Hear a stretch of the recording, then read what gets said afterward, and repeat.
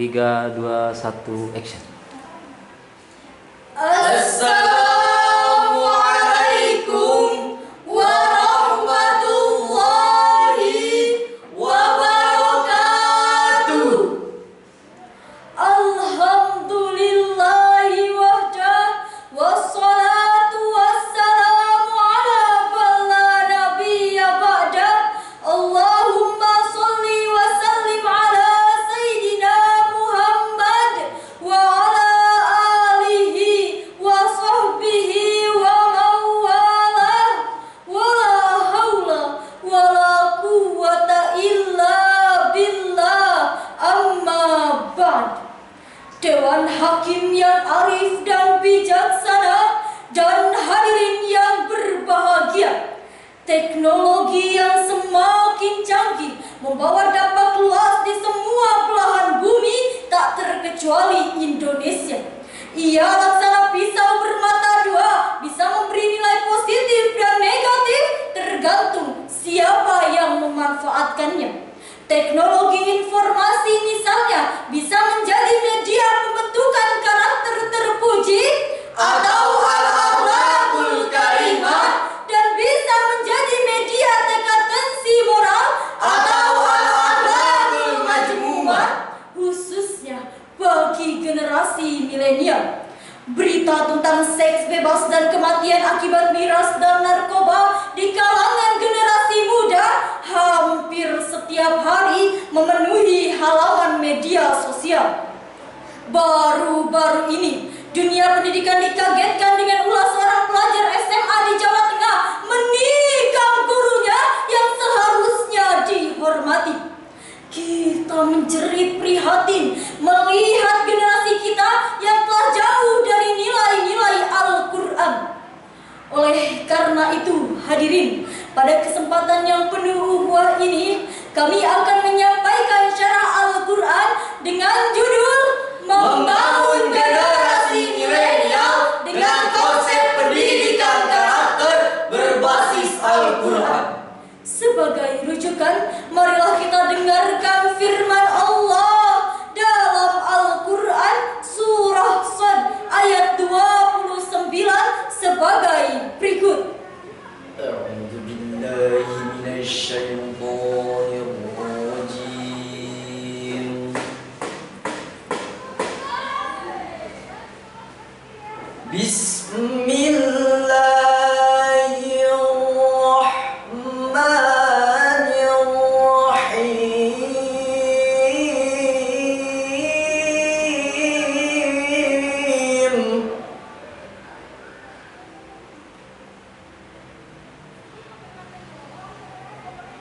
Kitabun anzalnahu ilaika mubarakun liyadabbaru ayatih.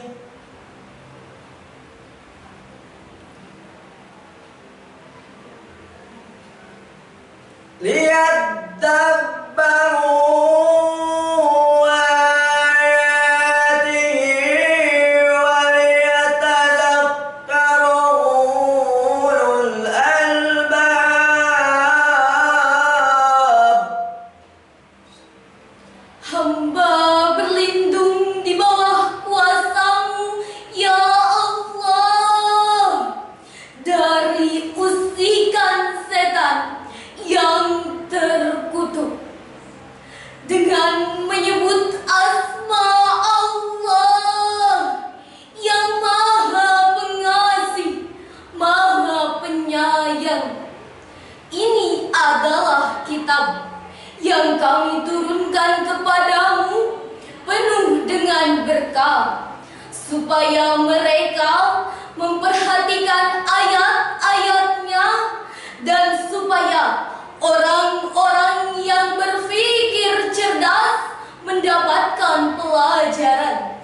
Hadirin rahimakumullah, Syekh Jalaluddin Al-Mahalli dan Syekh Jalaluddin As-Suyuti dalam tafsir Al-Jalalain menjelaskan bahwa kata liyada baru dalam ayat ini mengandung perintah untuk mendalami nilai-nilai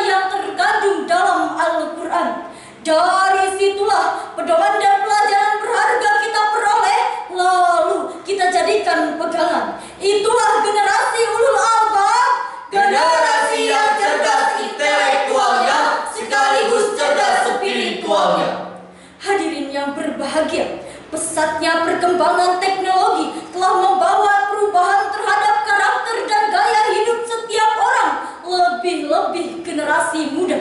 Kita tidak bisa menghentikan laju internet booming, maka sebagai konsekuensinya kita harus membangun fondasi keimanan serta filter yang kuat untuk menyaring derasnya arus budaya asing.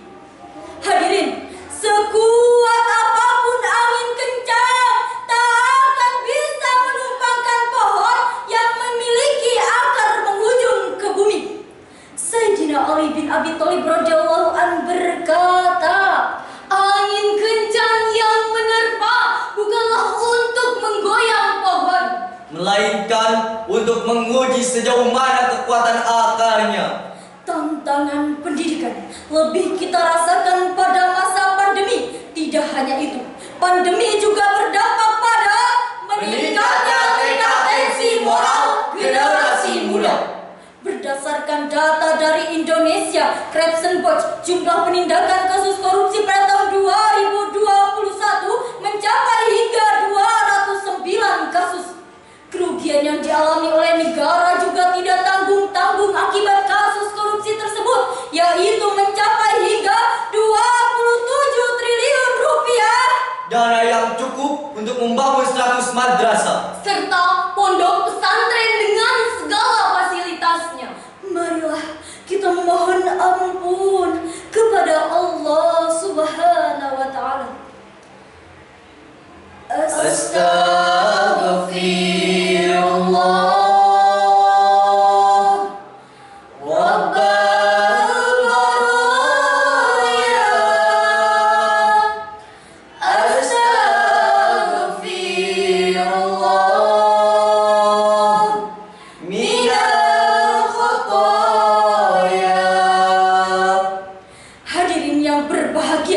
Kita juga prihatin atas sejumlah peristiwa yang terjadi di kalangan generasi muda kita yang mencerminkan rusaknya karakter mereka, antara lain: pertama, kasus narkoba. Lagi-lagi kita dikagetkan dengan sebuah berita yang dilansir oleh British Broadcasting Corporation pada tanggal 18 Agustus 2022, adanya penangkapan oknum perwira yang dipercaya sebagai kasat reserse narkoba dan diyakini mampu memberantas narkoba, malah tertangkap atas kepemilikan dan pengedaran narkoba.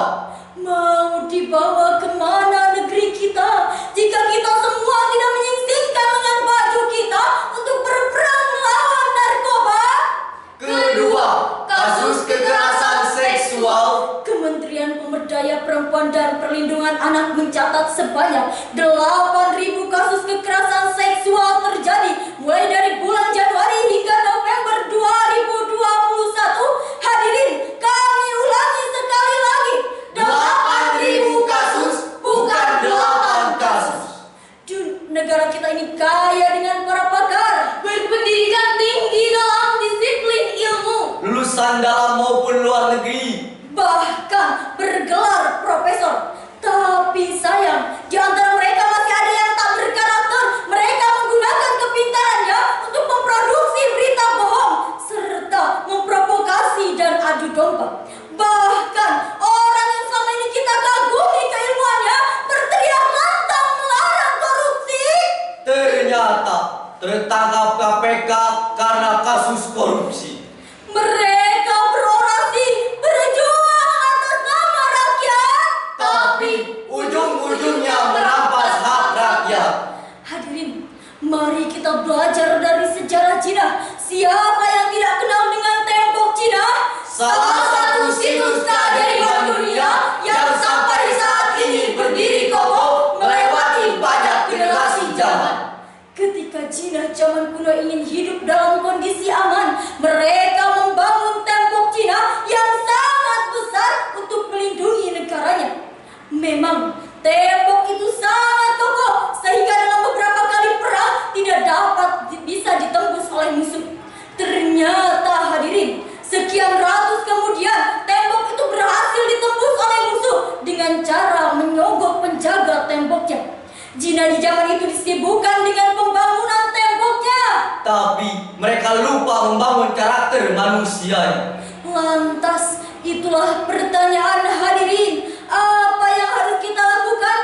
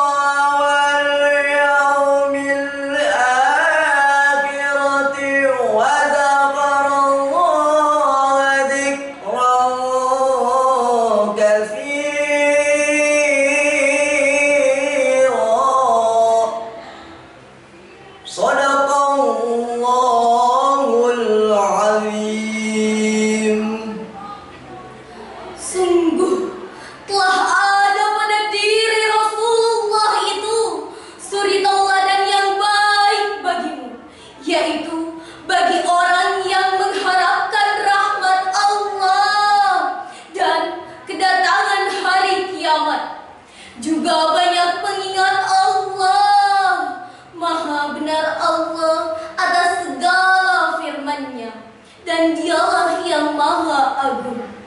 Hadirin yang dirahmati oleh Allah, Profesor Dr. Muhammad Qurasihab dalam tafsir Al-Misbah menjelaskan bahwa Rasulullah adalah teladan yang baik bagi umat manusia. Beliau mengajarkan nilai-nilai karakter mulia meliputi akhlak kepada Allah, akhlak kepada sesama manusia, bahkan akhlak kepada alam semesta.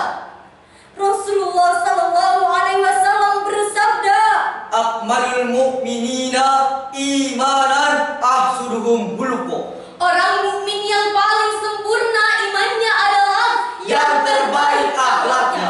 Hadis riwayat At-Tirmidzi. Pada kesempatan kali ini kami mengajak hadirin untuk menyampaikan salam rindu kepada Nabi Muhammad Sallallahu Alaihi Wasallam, sang penerima wahyu Al-Quran. Sallallahu wasallam ala nabi sayyidina Muhammadin wa alihi wa sahbihi ajma'ina. Sallallahu wasallam ala nabi sayyidina Muhammadin wa alihi wa sahbihi ajma'ina.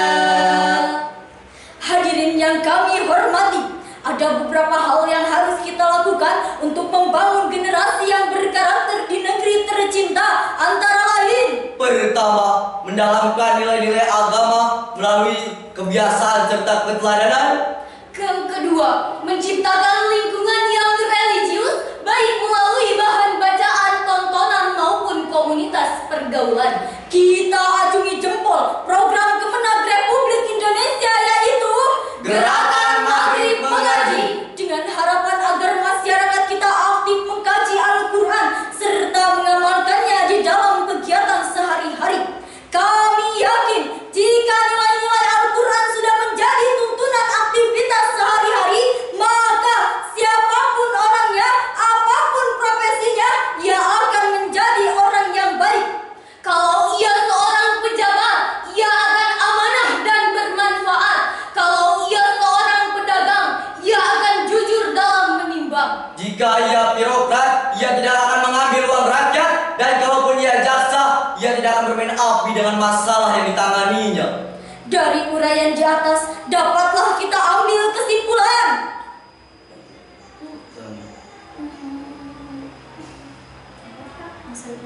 Masa depan bangsa ditentukan oleh generasi yang berkarakter. Dan yang kedua, untuk membentuk karakter tersebut tidak ada pilihan lain kecuali kembali kepada Al-Quran dan keteladanan Rasulullah Sallallahu Alaihi Wasallam.